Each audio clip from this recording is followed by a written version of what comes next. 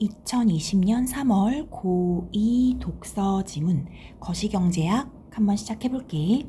1문단 시장은 수요와 공급이 일치하지 않는 불균형이 발생할 경우 가격 변화에 의해 균형을 회복한다. 자, 얘들아 봐봐. 수요와 공급이 일치하지 않는 것을 불균형이라고 했어. 수요랑 공급이 일치하면 균형이겠지. 그래서 시장에서는 불균형이 발생하면 가격을 변화시켜서 균형을 회복한다. 이렇게 얘기를 해주는 거야. 이 말이 좀 어려울까봐 예를 들어주고 있어. 예를 들어 시장에서 초과 공급이 발생하면 공급이 더 많다라는 거겠지. 그러면 가격을 하락시켜서 봐봐. 초과 공급이 발생했다라는 것은 불균형이 발생했다라는 거야.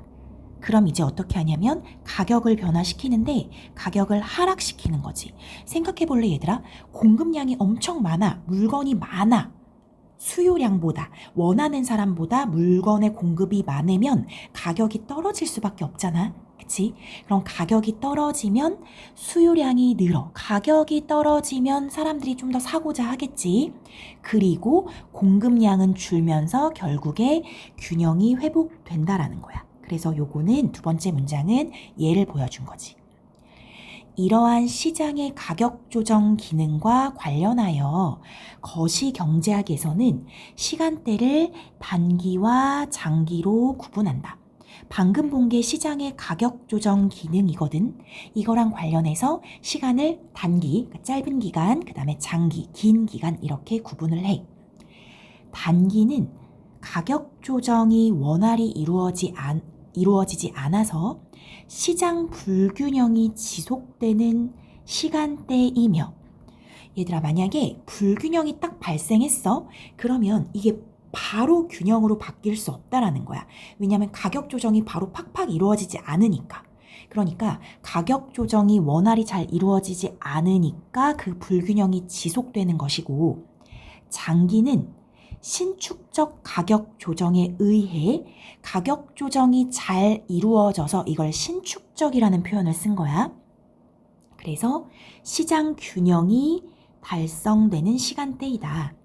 그런데 단기의 지속 시간, 즉 시장 불균형이 발생한 이후 다시 균형을 회복하는 데 걸리는 시간에 대해서 서로 다른 입장들이 존재해 왔다 하면서 앞으로는 뭐에 대해서 얘기를 해줄까? 이 서로 다른 입장들에 대해서 이야기를 해주겠지. 어떤 것에 대한 서로 다른 입장? 단기의 지속 시간에 대한 서로 다른 입장. 이렇게 생각해주면 돼. 자, 괜찮니? 정리를 한번 해보자. 여기서 말하고 있는 게 일단 시장이 가격을 조정하는 기능이 있다고 했는데, 시장은 불균형이 발생하면 이렇게 얘기하거든. 그런데 불균형을 뭐라고 정의해 줬냐면 수요와 공급이 일치하지 않는다. 불일치한다. 이걸 이제 불균형이라고 이야기를 해준 거야. 이런 불균형이 발생을 하면 무엇을 통해서? 가격을 변화시키는 것을 통해서 가격 변화에 의해서 균형을 회복한다 라고 얘기했어. 예를 들어줬네. 어떤 예를 들어줬냐면 초과 공급을 얘기해줬어. 공급이 더 많은 거야. 초과 공급이 일어나면은 가격을 어떻게 변화시키냐면 가격을 하락시키는 거지. 가격을 하락시키면 어떤 일이 벌어지냐면 수요량은 늘어나. 가격이 떨어지니까 사람들이 좀 더 사고자 해. 가격이 떨어지니까 공급량은 주는 거야. 팔고자 하는 사람은 조금 덜 팔고자 해. 그로 인해서 수요와 공급이 일치하는 균형이 만들어진다. 이렇게 얘기하는 거지. 이런 것을 뭐라고 하냐면 시장의 가격 조정 기능 이렇게 얘기하는 거야. 시장의 가격 조정 기능. 그런데 이 시장의 가격 조정 기능에 대해서 의견이 좀 다르대. 의견이 다른데 그 전에 이거부터 얘기를 해야 되겠구나. 기간을 두 개로 나누네. 단기가 있고 장기가 있었어. 단기는 뭐냐면 가격 조정이 원활하게 이루어지지 않는 거야. 왜냐면 기간이 짧으니까 가격 조정이 갑자기 팍 일어나지 않는다는 거지. 그럼 가격 조정이 일어나지 않으면 그냥 여전히 불균형이 지속되는 것. 불균형이 지속되는데 시간이 조금 길어지잖아? 그럼 가격 조정이 일어나. 그걸 뭐라고 표현했냐면 신축적 가격 조정이라고 얘기를 했지. 신축적 가격 조정에 의해서 균형을 달성한다. 이렇게 얘기했는데 얘들아, 내가 하나를 미리 알려주고 가자면 뒤에 가면은 이 가격 조정이 일어나지 않는다는 것을 경직적이라고 말을 해주거든. 미리 좀 알아도 좋을 것 같아. 가격이 경직적이다 라고 얘기하면은 가격 조정이 잘 일어나지 않는 것. 신축적이다 그러면은 좀 탄력 있는 거잖아. 그래서 조정이 일어나는 것. 이렇게 경제 용어로 좀 알고 있으면 될 것 같아. 그랬을 때 뭐에 대해 이견이 존재하냐면 단기의 지속 시간. 단기가 얼마나 지속되는지 이걸 다시 얘기하면 시장 불균형이 딱 발생했어. 불균형이 발생했을 때 다시 균형을 회복하는 시간. 다시 균형을 회복하는 시간에 대해서 의견이 좀 다르다는 거야. 그래서 이 단기의 지속 시간에 대해서 여러 의견이 존재한다 라고 얘기하고 있고, 이제 이 의견에 대해서 이야기를 해주겠지. 여기까지 이해가 됐니? 자, 그럼 그 다음 문단 볼게. 이 문단이야. 1930년대 이전까지 경제학의 주류를 이루었던 고전학파는, 이제 고전학파에 대해서 얘기를 해줄 건가 봐. 시장은 가격의 신축적인 조정에 의해서 항상 균형을 달성한다 라고 보았다. 얘들아, 중요한 게 뭐냐면 항상이야, 항상. 늘 균형이라는 거야. 조금 더 읽어볼게. 이른바 보이지 않는 손에 의한 시장의 자기조정 능력을 신뢰하는 입장으로, 이 말 진짜 많이 들어봤지. 보이지 않는 손? 시장이 알아서 가격을 다 조정한다라는 거야. 그래서 그게 이제 보이지 않는 손이라고 비유를 한 거야. 그런 입장으로 이에 따르면 단기는 존재하지 않는다. 얘들아, 이 말이 뭐냐면 단기가 불균형이 지속되는 시간이잖아. 애초에 불균형이 지속되는 시간은 존재하지 않는다는 거야. 즉 불균형이 발생할 경우 즉시 가격이 변화해서 시장은 바로 균형을 회복한다는 것이다. 따라서 고전학파는 호황이나 불황이 나타나는 경기 변동 현상은 발생하지 않는다고 보았다. 얘들아, 여기서 뭘 봐야 되냐면 경기 변동 현상을 이 고전학파는 호황이나 불황이 나타나는 현상으로 보았어. 경기 변동 현상의 정의를 얘기해 준 거야. 그런 호황 혹은 불황 자체가 발생하지 않아. 왜냐면 늘 균형이니까 이렇게 얘기해 준 거지. 됐니? 정리 한번 해볼게. 고전학파 이렇게 적어보고,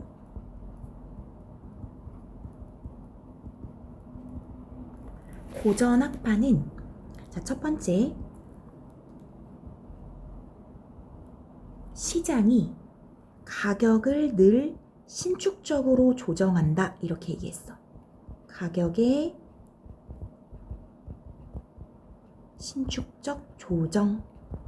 그러니까 불균형이 발생해버리면 바로 가격이 조정이 되는 거야.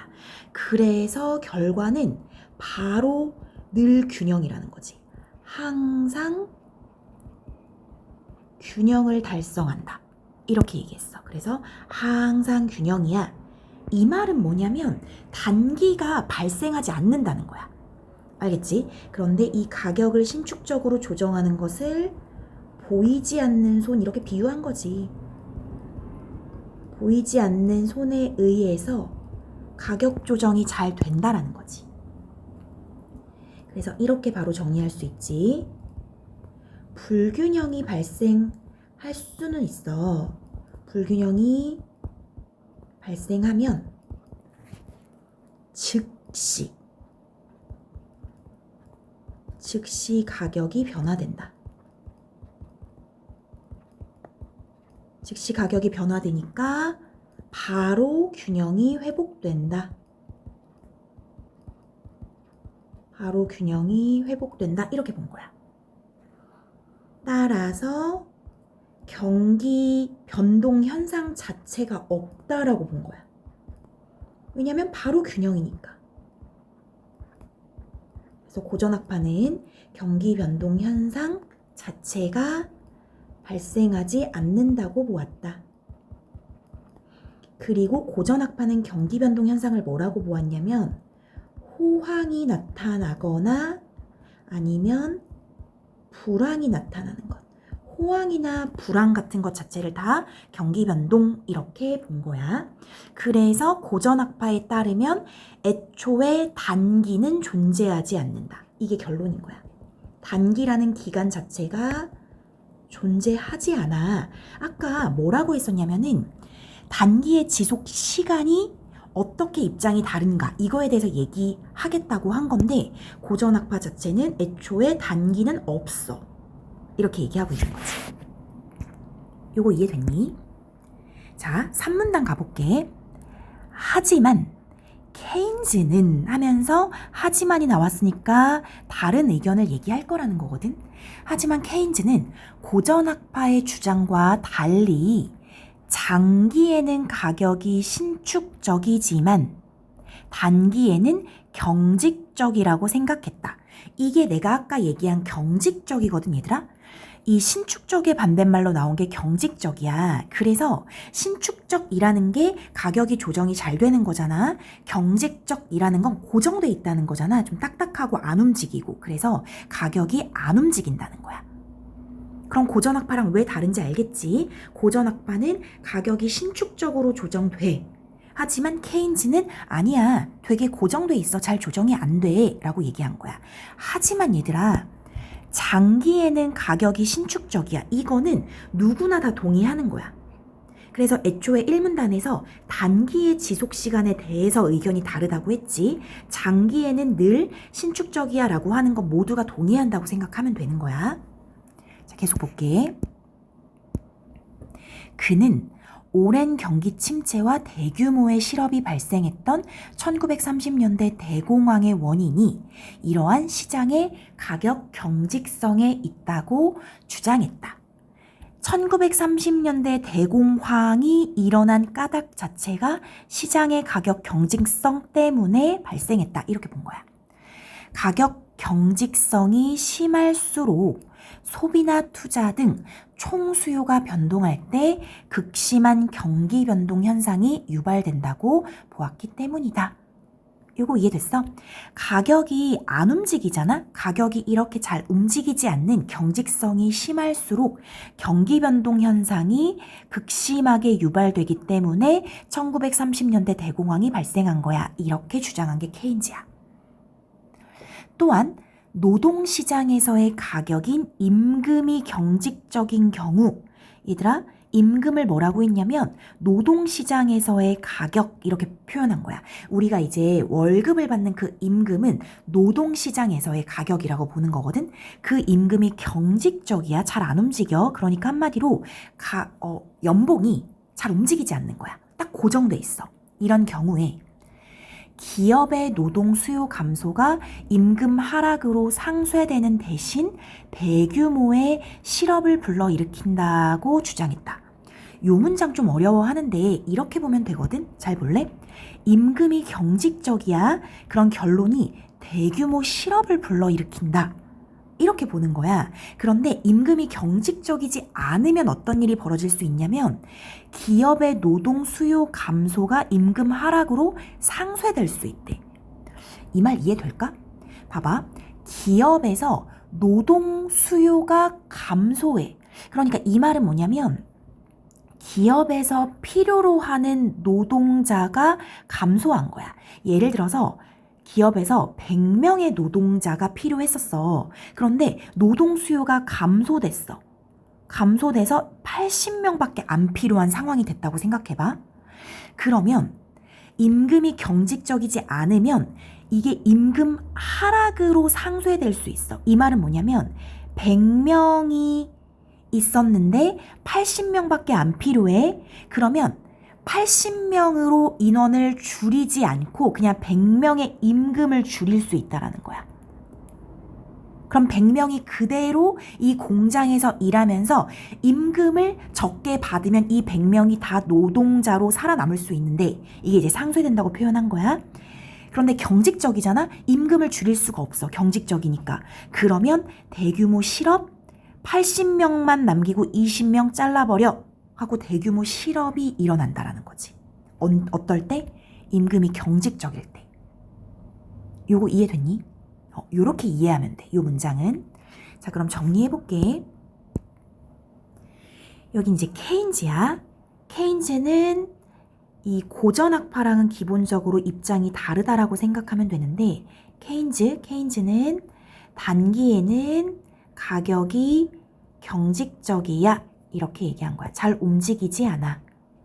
하지만 장기는 시간이 지난 후니까 신축적이지 이렇게 이야기를 하는 거지.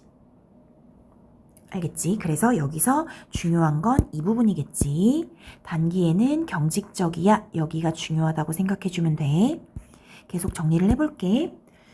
얘는 또 뭐라고 주장을 했냐면 가격의 경직성이 올라가면 가격이 잘 움직이지 않으면 총수요가 변동할 때 총수요가 변동할 경우에 극심한 경기 변동이 일어난다.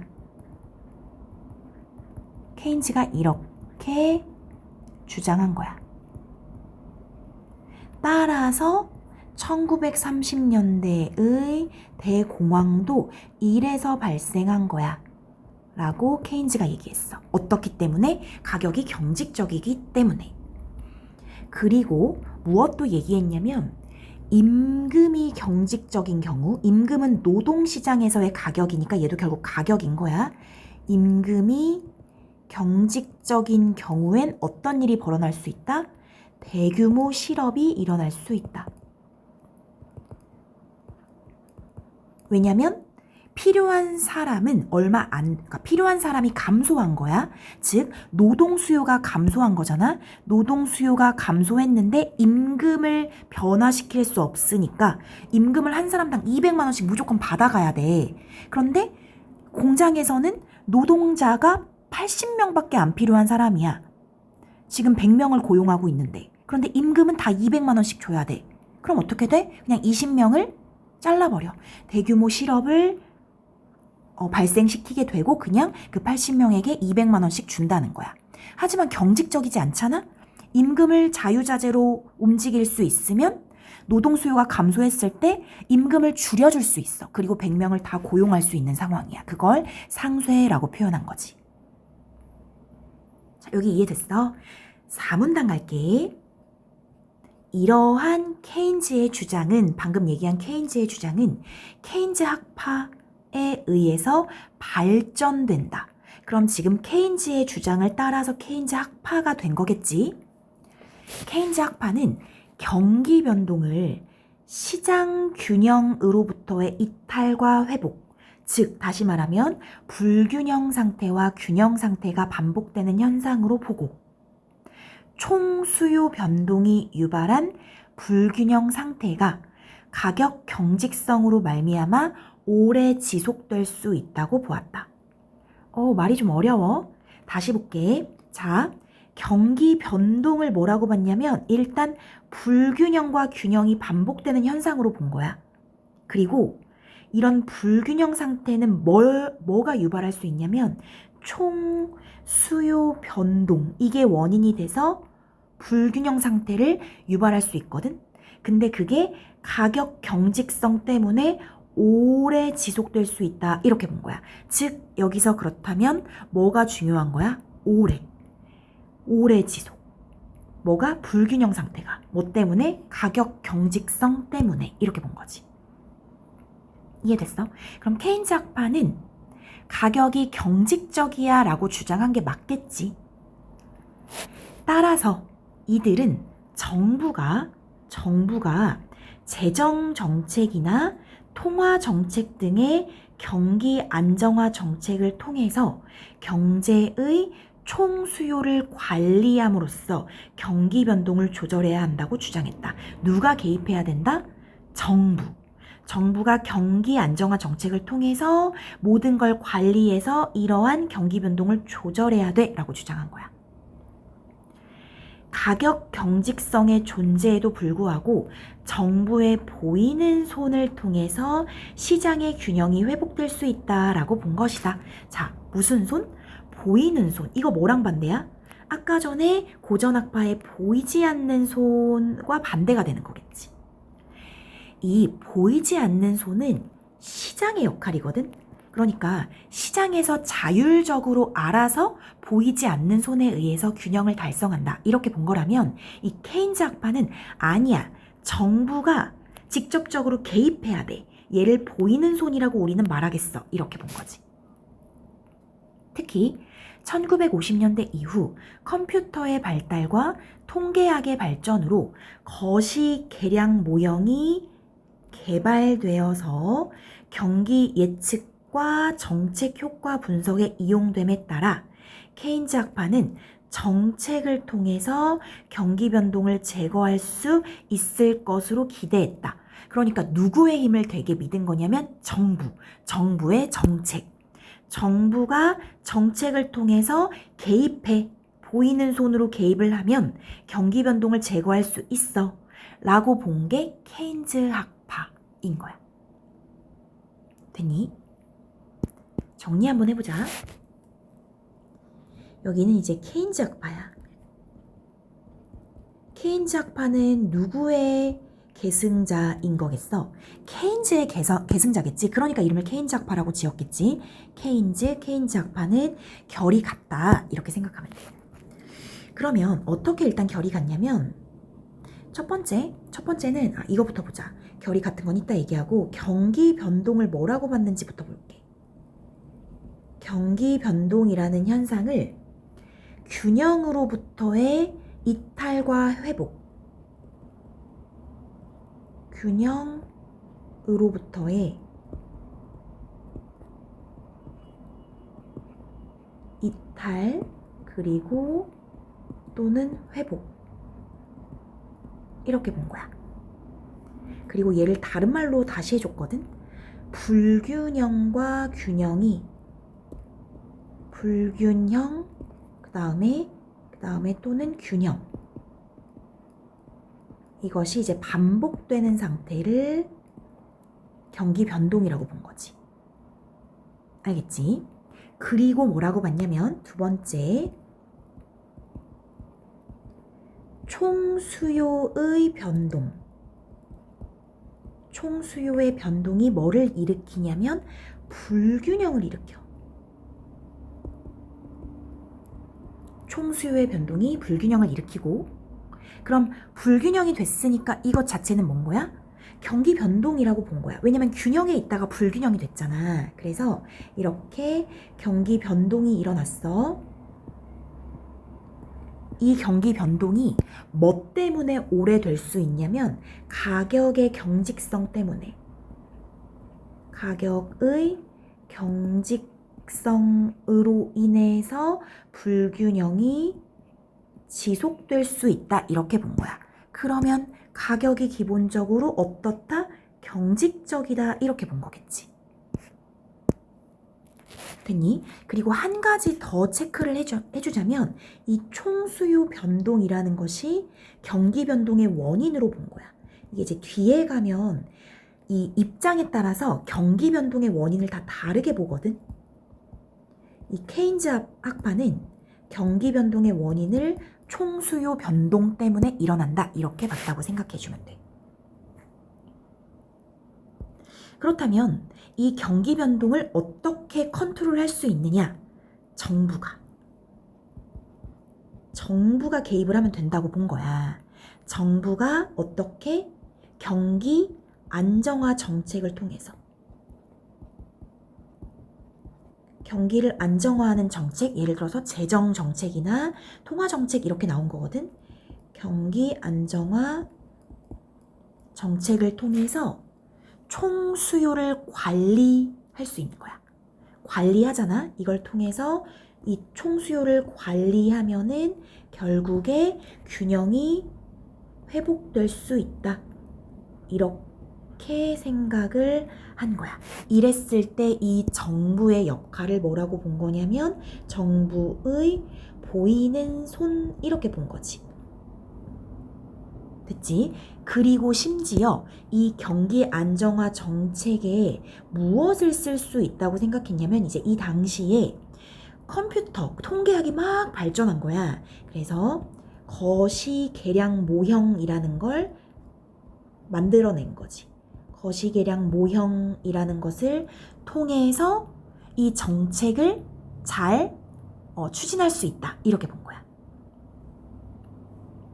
됐니? 계속 볼게. 오문단. 그러나 케인즈 학파는 이후에 여러 비판에 직면했다. 방금 얘기한 케인즈 학파가 비판에 직면했는데 특히 1970년대 세고전 학파는 얘들아 세고전 학파네? 고전 학파가 아까 있었잖아? 고전 학파에서 아마 이어온 거겠지. 근데 이제 세를 붙였으니까 뭔가 조금 수정할 건 수정하고 고전 학파의 뜻은 이었지만 약간 수정한 고전 학파가 되겠지. 이 세고전 학파는 케인즈 학파의 거시계량 모형에 오류가 있다라고 지적을 했어. 케인즈 학파의 거시계량 모형은 소비, 소득, 금리, 통화량 등 거시경제 변수들 간의 상관관계를 가정한 방정식으로 구성되었는데 이러한 방정식의 개수는 과거의 자료를 통해 통계적인 방법으로 추정되었다. 하지만 새로운 정보가 전해지면 경제 주체들은 기존에 보유하고 있던 정보에 추가된 정보를 반영하여 합리적으로 기대를 형성하고 이에 따라 반응을 바꾸므로 방정식의 개수 혹은 방정식 자체가 바뀌어야 한다. 자, 얘들아, 무슨 말인 줄 알겠니? 말이 좀 어렵다고 느껴질 수 있을 텐데 이 거시계량 모형에 어떤 오류가 있다고 생각했냐면 이 거시계량 모형은 핵심은 이거야. 과거의 자료를 통해서 통계적인 방법으로 추정한 거야. 그러니까 이 거시계량 모형의 개수는 다 과거 자료에서 비롯된 거거든. 그런데 새로운 정보가 늘 전해질 거 아니야. 그러면 경제 주체, 우리 가계, 기업, 정부 같은 그런 경제 주체 있잖아. 우리 소비자들이라고 생각해봐. 소비자들은 과거의 정보에다가 추가된 새로운 정보를 반영해서 반응을 바꾼다는 거야. 그러니까 거시계량 모형이 간과한 게 있다라는 거지. 새로운 정보, 추가된 정보, 이거에 따라서 사람들의 반응이 달라진다라는 거야. 그러니까 너네의 개수는 틀렸어. 이렇게 본 거야. 따라서 방정식의 개수 혹은 방정식 자체가 바뀌어야 한다 라고 본 거지.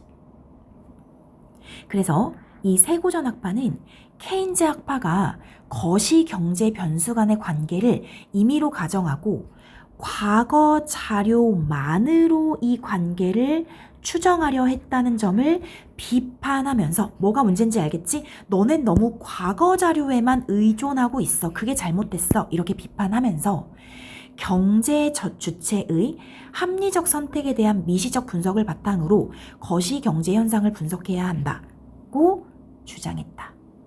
이게 누가 주장한 거야? 세고전 학파. 알겠지?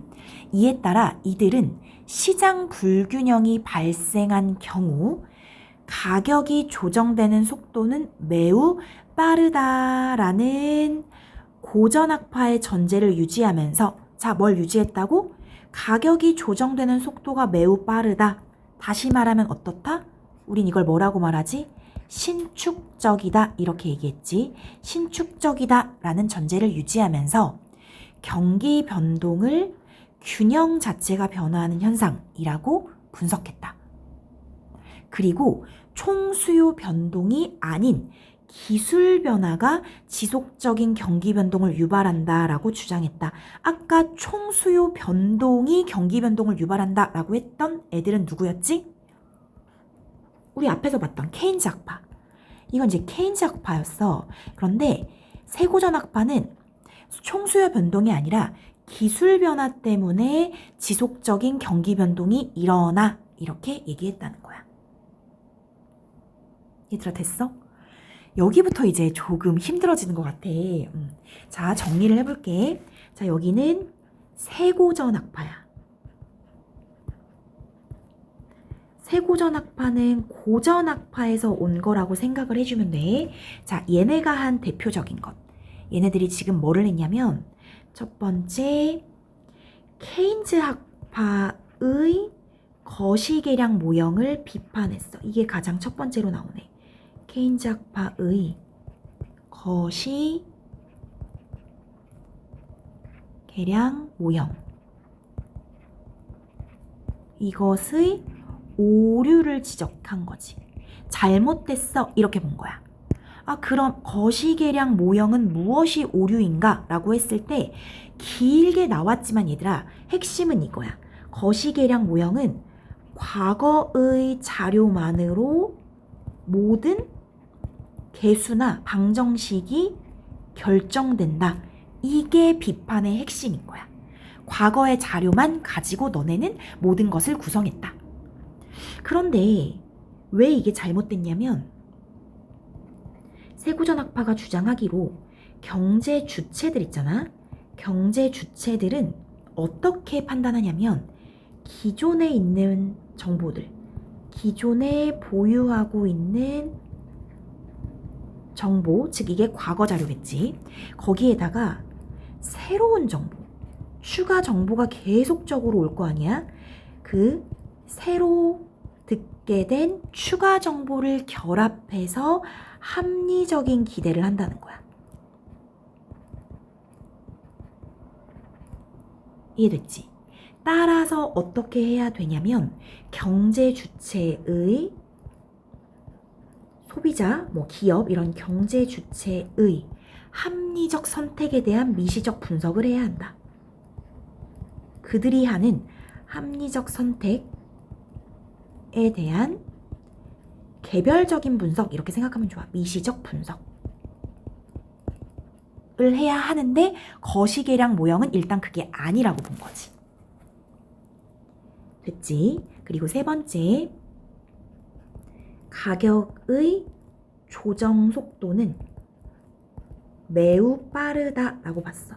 가격의 조정 속도는 매우 빠르다. 우리 이거 다른 말로 뭐라고 해줄래? 신축적이다 이렇게 해줘도 되겠지? 이건 무엇과의 공통점이야? 고전학파와의 공통점이야. 왜냐면 고전학파에서 온 거니까. 그래서 매우 빠르다, 신축적이다, 경직적이지 않다고 본 거야. 그런데 경기 변동 현상의 정의를 뭐라고 봤는지를 봐야 돼. 경기 변동. 경기 변동 자체를 균형 자체가 변화하는 것, 균형 자체의 변화를 경기 변동이라고 본 게 세고전 학파야. 그리고 이 경기 변동 현상이 왜 일어나? 라고 했을 때 기술의 변화 때문에 일어난다. 기술의 변화로 인해서 경기 변동이 일어난다. 이렇게 본 거야. 자, 봐봐. 이 기술 변화를 뭐라고 본 거냐면 경기 변동의 원인으로 본 거야. 경기 변동의 원인이 기술 변화. 이쯤 되면 얘들아 이제 비교 대조를 좀 해줘야 되거든. 세고전 학파랑 고전 학파의 공통점이 뭘까? 세고전 학파와 고전 학파의 공통점? 바로 이거지. 매우 빠르다. 가격의 조정 속도가 매우 빠르다. 이거야. 고전 학파와 세고전 학파의 차이점이 뭐가 있는지 알겠니? 세고전학파는 경기 변동 현상이 있다고 본 거거든. 그런데 우리 아까 고전학파는 뭐라고 했냐면 애초에 경기 변동 현상은 없다라고 봤어. 여기 경기 변동 현상은 발생하지 않는다. 이게 차이점인 거야. 이렇게 고전학파랑 세고전학파의 차이점을 알면 좋아. 알겠지? 그리고 이 경기 변동의 원인을 세고전학파는 기술 변화라고 봤거든. 그런데 우리 바로 앞에서 본 케인즈 학파는 뭐라고 봤어? 경기 변동의 원인을 총수요 변동 때문에 일어난다. 이렇게 본 거야. 이렇게 공통점, 차이점을 계속 확인해 주면서 글을 읽으면 상당히 좋을 것 같아. 자, 여기까지 됐니? 이쯤에서 끝났으면 좋겠는데 한 문단이 더 있어. 자, 이에 대응해. 케인즈 학파는 지금 세고전 학파가 케인즈 학파를 디스한 거잖아. 그랬더니 이제 케인즈 학파도 대응해야 될 거 아니야? 이 케인즈 학파는 경제 주체의 합리적 선택을 미시적으로 분석하는 세고전 학파의 방법론을 받아들였대. 뭘 받아들인 거야? 이거 합리적 선택을 미시적으로 분석하는 이 방법이 케인즈 학파 입장에서도 좋아 보인 거야. 그래서 얘를 받아들여서 새 케인즈 학파라고 발전한 거지. 그럼 여기서 알 수 있는 것. 새 케인즈 학파랑 세고전 학파의 공통점. 다시 새 케인즈 학파랑 세고전 학파의 공통점이 뭐야? 이거지. 경제 주체의 합리적 선택을 미시적으로 분석하는 방법을 썼다. 이게 공통점이 되겠지. 자, 그런데 하지만 새 케인즈 학파는 경제 주체들이 합리적 선택을 한 결과로 가격 경직성이 나타난다 라고 설명함으로써 가격 경직성은 안 버린 거야. 왜냐면 얘는 케인즈 학파를 계승한 거니까. 그래서 경직적이라는 건 절대 포기 못하는 거야. 그래서 경제 주체들이 합리적으로 기대를 형성하더라도 가격 경직성으로 인해서 경기 변동이 발생할 수 있다라고 주장한 거지. 알겠지? 가격 경직성으로 인해 경기 변동이 발생할 수 있다. 이렇게 본 거야. 그리고 이러한 가격 경직성의 근거로 메뉴 비용 이론과 효율 임금 이론을 제시했다. 가격 경직성이 나타난다라는 근거로 제시한 게 요 이론 두 가지인 거지. 됐니 얘들아? 여기까지 일단 정리하고 나머지 걸 볼게. 정리 한번 해볼게. 여기는 새 케인즈 학파야. 새 케인즈 학파. 케인즈 학파를 계승한 거야. 그래서 첫 번째 왜 이름을 새 케인즈 학파로 바꿨냐면은 세고전 학파의 방법론을 받아들였어. 니네 거 그건 참 맞는 말인 것 같다. 이렇게 세고전 학파의 방법론을 받아들였다. 그러면 우리는 이것을 어떻게 해석해야 되냐면 새 케인즈 학파랑 새 고전 학파의 공통점이 되는 거야. 알겠지? 그런데 두 번째, 경제 주체들이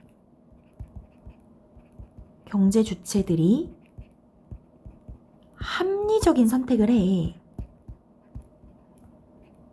합리적인 선택을 함으로 인해서 가격 경직성이 나타난대. 가격 경직성. 그리고 그로 인해서 경기 변동이 나타난다. 이렇게 봤어. 새 케인즈 학파는. 자, 봐봐. 경제 주체들이 합리적 선택이 원인이 되어서 가격 경직성이라는 결과가 나타나고 또 이 가격 경직성이 원인이 되어서 경기 변동이라는 결과가 나타난다. 지금 이렇게 본 거야. 그러면 새 케인즈 학파가 주장하는 경기 변동의 원인은 뭔 거야? 가격 경직성이야. 가격 경직성이 경기 변동의 원인이 되는 거지.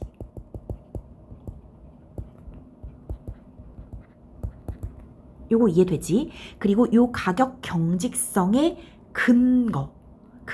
가격 경직성이 나타나는 근거를 댈게 라고 하면서 그 근거로 뭘 얘기한 거냐면은 메뉴 비용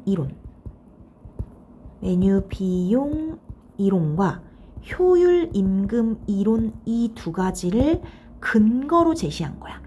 이거 봐라. 메뉴 비용 이론과 효율 임금 이론을 보니까 가격 경직성이 나타나는 게 맞지 않느냐 이렇게 본 거지. 그럼 새 케인즈 학파는 기본적으로 가격은 어떻다고 본 거라고? 경직적이야 이렇게 본 거라는 거야. 여기까지 됐어?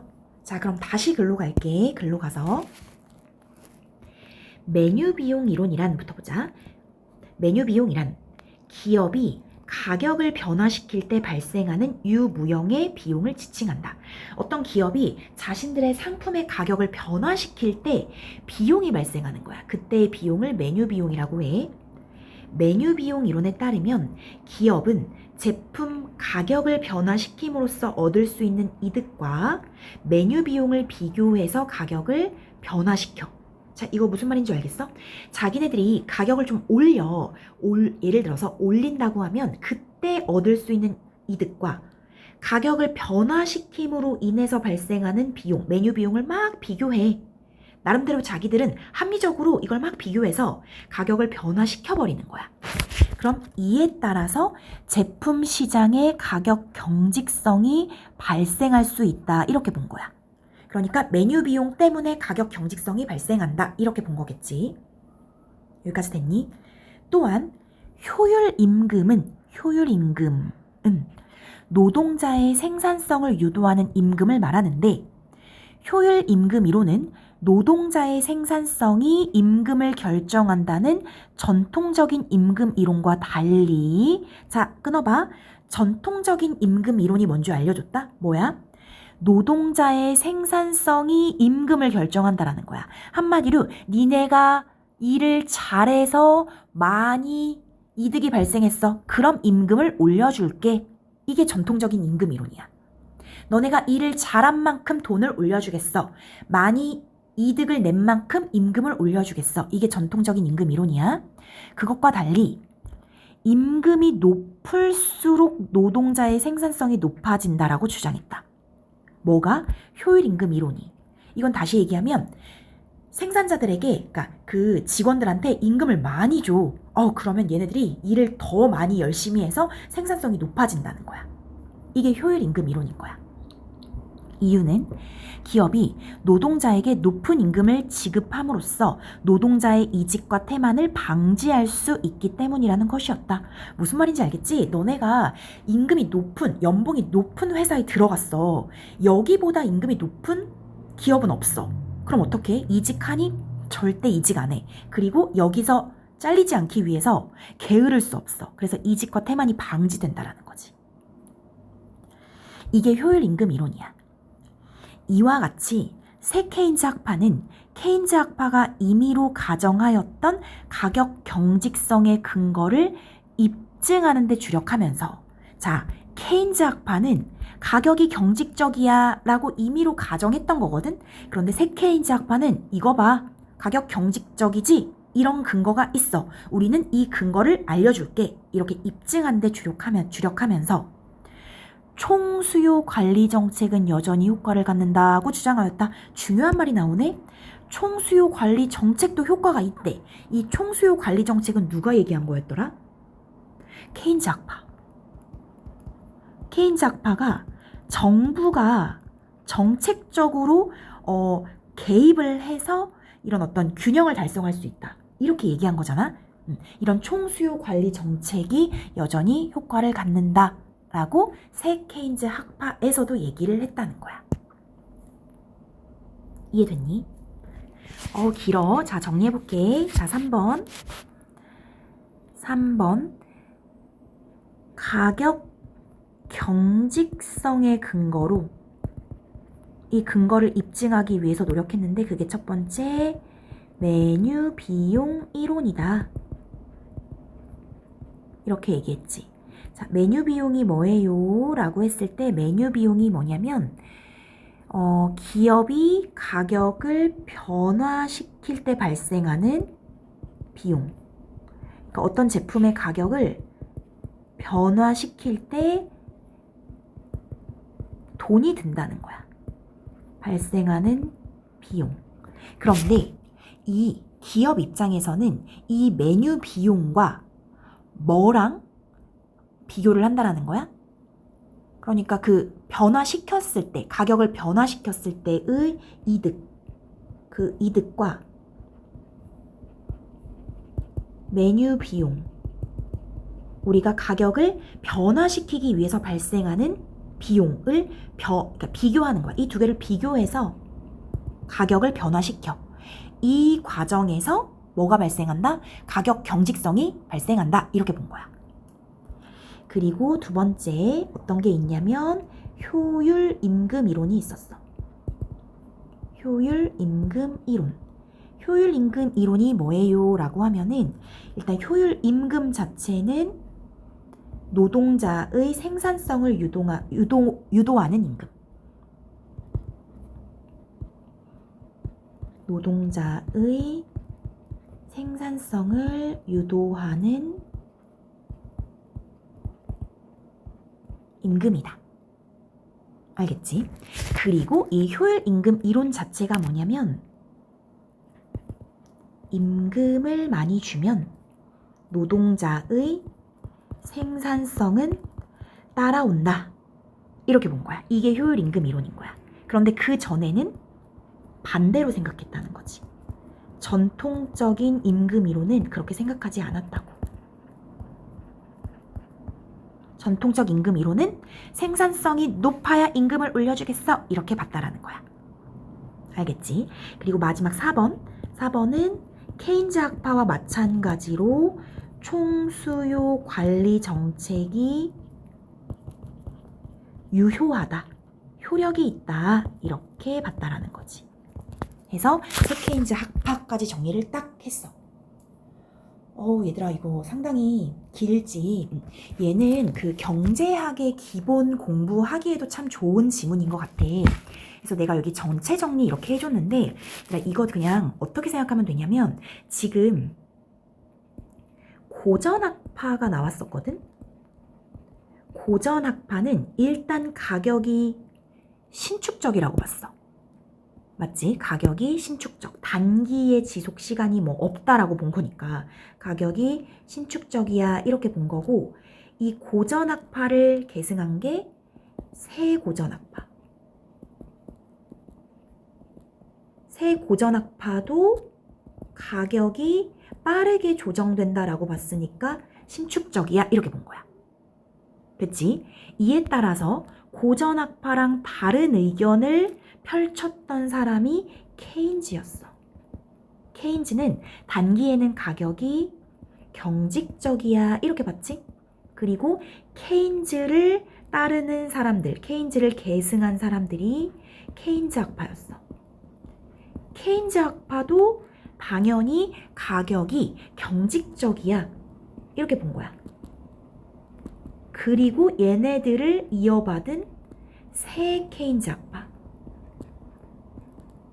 새 케인즈 학파는 심지어 가격이 경직적인 근거를 입증했어. 그래서 여기도 가격이 경직적이야. 이렇게 커다랗게 정리할 수 있거든. 사실 요건 가장 기본 틀만 잡은 거고, 이렇게 틀이 어떤 줄 알겠지? 고전학파는 가격이 신축적, 케인즈 이름을 달고 있는 애들은 다 가격이 경직적 해서 완전 이게 고전학파 대 케인즈 이렇게 VS로 되는 거야. 그리고 얘네들은 시장의 기능을 좀 믿는 쪽이고, 이 케인즈 쪽은 정부가 개입해야 된다라는 쪽이라고 생각하면 돼. 그리고 얘네들의 그 크고 작은 의견 차이는 있지만 커다랗게 이렇게 보면 다음에 다른 지문 볼 때도 되게 편해 얘들아. 그래서 여기 전체적인 정리를 좀 해주고, 사실 여기다 조금 더 넣을 수 있는데 헷갈리니까 여기만 일단 볼게. 알겠지? 이렇게 공부를 해주면 되고, 자 우리 문제를 풀러 갈게. 알겠지? 문제 좀 풀자. 얘들아 보자. 38번부터야. 38번부터 윗글의 내용과 일치하는 것은 이렇게 되어 있는데 이게 사실 38번 문제가 좀 어려웠었거든. 그래서 그 당시에 진짜 오답이 많이 나왔었는데 좀 보자. 1번 고전학파와 새 고전학파는 경기 변동의 존재 여부에 대해 서로 다른 입장을 보였다. 경기 변동의 존재 여부라는 건 존재한다, 존재하지 않는다 해서 한쪽은 한다, 한쪽은 안 한다 이래야 서로 다른 입장이었잖아. 자, 이거 찾아볼까? 고전학파 있었잖아. 고전학파는 뭐라고 했었냐면은 경기 변동 현상은 발생하지 않는다라고 봤는데 새고전학파 여기 볼래? 새고전학파는 뭐라고 했냐면 경기 변동을 균형 자체가 변화하는 현상으로 분석하고 기술 변화가 경기 변동을 유발한다고 주장했다? 그럼 경기 변동이 있다라는 거잖아? 맞네. 그래서 답이 1번이야. 알겠지? 자, 나머지 선지 봐야겠지? 2번 새고전학파는 시장에 나타난 가격 경직성을 미시적 분석을 통해 해소할 수 있다고 보았다. 자, 먼저 경직성부터 틀렸다고 봐야 돼. 새고전학파는 가격이 신축적으로 움직인다라고 했었어. 그치? 여기 가격이 조정되는 속도가 매우 빠르다라고 했었고 심지어 미시적 분석을 통해서 해소한다? 이렇게 본 것도 아니야. 그래서 틀렸고 3번 케인즈는 노동시장에 나타나는 임금 경직성이 극심한 고용량의 변화를 방지한다고 보았다. 자, 얘들아 케인즈 봐봐. 케인즈는 임금이 경직적인 경우에 대규모 실업을 불러일으킨다라고 주장했다 그랬거든? 그러면 극심한 고용량의 변화를 방지한다? 이 말이 무슨 말인 거야? 고용량의 변화가 방지된다라는 건 변화가 일어나지 않는다는 거지. 맞아? 변화를 방지한다라는 건 변화가 일어나지 않는다.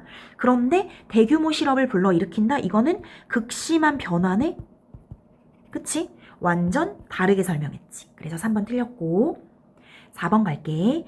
케인즈는 단기에는 가격이 신축적으로 변화해도 부터 틀렸네? 케인즈는 가격이 경직적이라고 했는데 단기에는 경직적이다라고 한 게 케인즈인데 수요와 공급의 불일치를 해소할 수 없다고 보았다. 수요와 공급의 불일치를 다른 말로 하면 뭐라고 할 수 있을까? 불균형을 해소할 수 없다고 보았다. 이렇게 표현한 거야. 자, 여기 신축적이 틀렸고. 자, 5번. 새 케인즈 학파는 메뉴 비용의 존재로 인해 제품 시장에서 가격이 조정되는 속도가 빠르다라는 건 신축적이네. 메뉴 비용 때문에 신축적이다라고 했었나? 새 케인즈 학파는 경직적이라고 본 거니까. 알겠지? 얘들아, 여기 38번이 사실은 아까 내가 그 마지막 정리해 준 거 있었잖아. 어디가 신축적이고 어디가 경직적인지 거기만 좀 정확히 파악했어도 상당 부분 오답을 좀 걸러낼 수 있었어. 그래서 38번에 1번 이렇게 해주면 되고, 자, 넘어가자. 39번. 39번은 일단 문제부터 뭔가 위압이 좀 느껴져. 보기의 모형에 대한 기역, 니은, 기니의 해석을 추론한 내용으로 적절하지 않은 것은 이렇게 돼 있는데 기역이 어디냐면 고전학파야. 기역이 고전학파. 니은이 어디냐면 니은이 케인즈 학파야. 지금 서로 완전 다른 쪽이겠지. 자, 보기 보자. 그림은 총수요 변동에 따른 국민 총소득 변화를 나타낸 것이다. Y별은 장기 균형 국민의 총소득 수준을, 그러니까 균형이라는 거야. 여기가 이제 균형이고, AD 곡선은 총수요를 나타낸다. 얘들아, 요거 AD 곡선, 요런 거 있지? 요게 지금 다 AD 곡선이잖아. 요거 빨간색으로 내가 한 게 다 AD 곡선이야. 이 AD 곡선은 총수요를 나타낸다. 총수요가 증가하면 AD 곡선이 우측으로 가고, 그러니까 여기 나와 있네. 이렇게 가면 증가라는 거고, 그 다음 감소하는 좌측으로 평행이동을 한다. 예를 들어서 총수요가 AD0이고, 여기네 AD0이고, 물가가 P0, 국민 총소득이 Y별인 상태에서, 그러면 지금 여기 AD0에서 어디냐면은 P0이고 Y별, 여기네. 가격이 P0이고 여기 Y별인 상태에서 총 수요가 AD2로 증가했대, 얘들아. 원래 이 상태였는데 총 수요가 이렇게 증가했다라는 거야. 알겠지? 그럼 이렇게 증가했잖아? 증가함에 따라서 물가가 P2까지 상승했다고 쳐봐. 얘들아, 그럼 어떻게 되는 거냐면 총 수요가 이렇게, 그러니까 그래프가 이렇게 가니까 물가도 이렇게 올라갔어. 물가가 올라갔잖아. 그럼 그래프를 이렇게 보면 되잖아. 그래프를 이렇게 보면 뭐는 그대로야? Y별, 균형은 그대로인 거야. 이해됐어? 그런데 물가가 P0에 고정돼 있어. 다시 물가가 여기 P0에 그냥 고정이 되잖아? 그럼 어떻게 되냐면 이렇게 Y2로 올라간다라는 거야. 국민 총소득이. 이해됐니? 자, 요걸 다시 볼게. 이걸 어떻게 해석해야 되냐면 물가가 P2까지 상승한다라는 것은 총수요 증가에 따라서 물가가, 그러니까 가격이 신축적으로 조정된다라는 의미로 보면 돼. 그래서 총수요가 증가했을 때 가격도 증가되잖아? 그러면 균형이라고. 그런데 물가가 P0에 고정돼 있잖아? 고정돼 있다를 다시 뭐라고 말할래? 경직적이야. 그럼 물가가 경직적이잖아? 그러면 국민 총소득은 Y2로 되니까 약간 그 변화가 생긴다는 거야. 알겠지? 그때 Y별보다 큰 경우는 호황. Y2는 호황이고 Y별보다 작은 경우 Y1이 되면 얘는 불황이라고 하는구나. 그리고 호황과 불황 사이에 있는 이 Y별은 균형이구나. 이렇게 보면 되는 거야. 됐니? 요건데 얘들아 봐봐. 케인즈 학파가 어떻게 얘기했었냐면은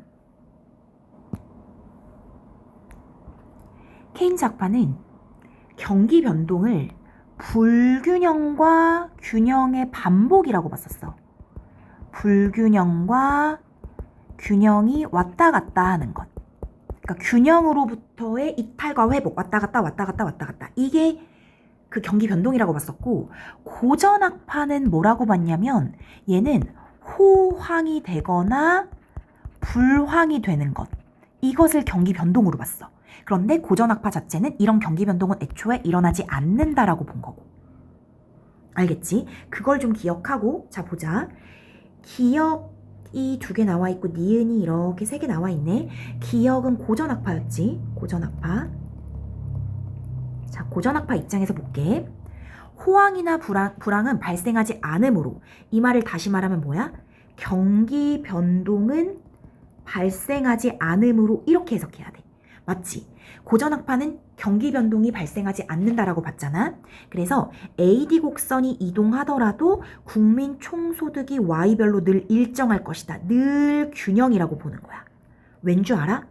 이 고전학파 입장에서는 그래프가 AD1으로 가잖아. AD1으로 가면 가격이 P1으로 내려가서 균형.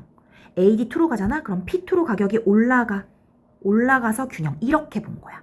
그러니까 가격이 왔다 갔다 신축적인 거야. 그러니까 결국에 늘 균형이 된다라는 거지. 고전학파 말이랑 완전 맞아 떨어지는 거지. 그래서 1번 맞고. 자, 2번. 시장은 항상 균형 상태에 있으므로, 맞지? 고전학파 이렇게 말하겠지. AD 곡선이 이동하더라도 물가가 P0이고 국민 총소득이 Y별인 장기 균형이 항상 성립할 것이다. 맞다라고 하면 안 된다? 시장이 항상 균형 상태에 있는 이유는 뭐냐면 물가가 P2에서 P1까지 왔다 갔다 하기 때문이야. 아까 내가 설명한 거. 그래서 지금 총수요 곡선이 막 이렇게 왔다 갔다 하면서 물가가 P1이니까 Y별이 되고, 그 다음에 P0가 되면서 Y별이 되고, P2가 되면서 Y별이 되고, 이렇게 물가가 왔다 갔다 하는 거야. 그래서 답이 2번 이렇게 돼야 돼. 이해됐니? 자, 그럼 3, 4, 5번 확인해야지. 3, 4, 5는 케인즈 학파야. 케인즈 학파는 단기에는 가격 경직성으로 말미암아 총수요 변동이 시장 불균형을 유발하므로, 잘 봐. 케인즈 학파는 가격 경직성 있다 그랬어. 그리고 그로 인해 총수요 변동이 시장 불균형을 유발한다? 시장 불균형을 뭐라고 해석해야 되는데 이게 경기 변동이야. 경기 변동의 발생 원인을 뭐라고 했냐면 총수요 변동이라고 케인즈 학파가 얘기했거든. 그러니까 AD 곡선이 이동할 때 물가는 P1과 P2 사이의 폭보다 작은 폭으로 변화하여 국민 총소득은 Y별을 이탈할 것이다. 이렇게 본 게 케인즈 학파인 거지. 요거 이해되니? 계속 보자. 4번. 가격 경직성이 심할수록 총수요 변동에 따라 극심한 경기 변동이 유발되므로 가격 경직성이 심할수록 극심한 경기 변동이 일어난다라고 케인즈 학파에서 얘기했었지. 물가가 완전히 경직적이라고 한다면 이 말은 뭐야? 늘 가격이 여기 상태라는 거야. P0. 그러면 AD 곡선이 이동할 때 물가가 P0에 그냥 무조건 고정, 안 변해. 가격이 안 변해서 국민 총소득의 변동성은 Y1에서 Y2까지 어떻게 되는지 볼까? 지금 요렇게 AD1이 되면 P0일 때 Y1, 그 다음에 AD2가 되면 P0일 때 Y2까지 나타날 것이다. 맞지? 5번. 가격 경직성이 존재하더라도 정부가 보이는 손을 통해 경기 변동을 제거할 수 있으므로, 그치? 정부가 정책적으로 제거한다라고 본 게 케인즈 학파지. 경기 안정화 정책이 유효하다면 물가가 P0에 고정되더라도 국민 총소득이 Y별로 일정할 수 있을 것이다. 왜 이렇게 P0인데 Y별이 될 수 있어? 국가가 보이는 손으로 경기 안정화 정책을 한다면 그렇게 가능해 라고 본 게 케인즈 학파인 거야. 됐니 얘들아? 그래서 답이 2번 이렇게. 아유 어렵지? 자, 그 다음 40번 볼게. 보기의 경제학자 갑의 정책 제안에 대해서 디귿이 할 수 있는 것. 디귿은 세고전 학파야. 이번엔 세고전 학파에 대해서 물어본 거구나. 한번 보자. 세고전 학파. 경제학자 갑은 소득과 통화량이 늘어날수록 소비가 증가할 것이라고 가정하고 이를 반영해서 소비 예측 모형을 개발하였다. 그리고 K국의 지난 10년간의 자료를 통계적으로 분석해서 모형의 개수를 추정하였다. 모형 분석 결과 갑은 통화량이 증가한 경우 다음 달에 소비가 증가한다라는 결론을 도출한 뒤 통화량을 늘리는 정책을 K국 정부에 제안하였다. K국 정부는 갑의 제안을 받아들이고 2020년 4월 1일에 확장적 통화정책을 시행하겠다라고 발표하였다. 확장적 통화정책이 통화량을 늘리는 거거든. 왜 통화량을 늘리겠어? 다음 달에 소비가 증가하는 효과를 거두기 위해서. 현재는 2020년 3월 12일이고 K국은 매년 12월 31일에 해당 시점에 통화량을 발표한다.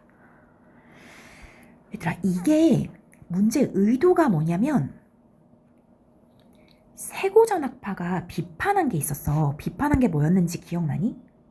비판한 게 뭐냐면은 그 거시계량 모형을 비판했어. 기억나니? 거시계량 모형이 뭐냐면은 케인즈 학파 애들이 형이지. 케인즈 학파들이 거시계량 모형을 개발해서 이 거시계량 모형으로 정부가 정책적으로 경기 변동을 컨트롤할 수 있다, 조절할 수 있다, 이렇게 본 거야. 그런데 이 거시계량 모형이 왜 잘못됐다고 봤냐면 얘네들은 너무 과거의 자료만으로 모든 걸 추정한 거기 때문에. 하지만 경제 주체들은 과거의 자료에 의해서 움직이는 게 아니라 새로운 정보를 들으면 그것도 포함해서 합리적인 선택을 한다고 했거든. 이게 딱 그건 거야. 그랬을 때 이제 비판해보자. 비판해보면 이렇게 되는 거야. 자, 1번 봐봐.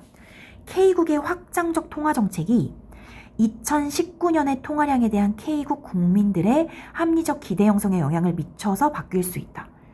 얘들아, 근데 이건 지금 2020년 3월 12일인데 갑자기 2019년의 통화량에 대한 국민들의 합리적 기대 형성? 갑자기 과거께 왜 나오겠어? 그러니까 틀린 거야.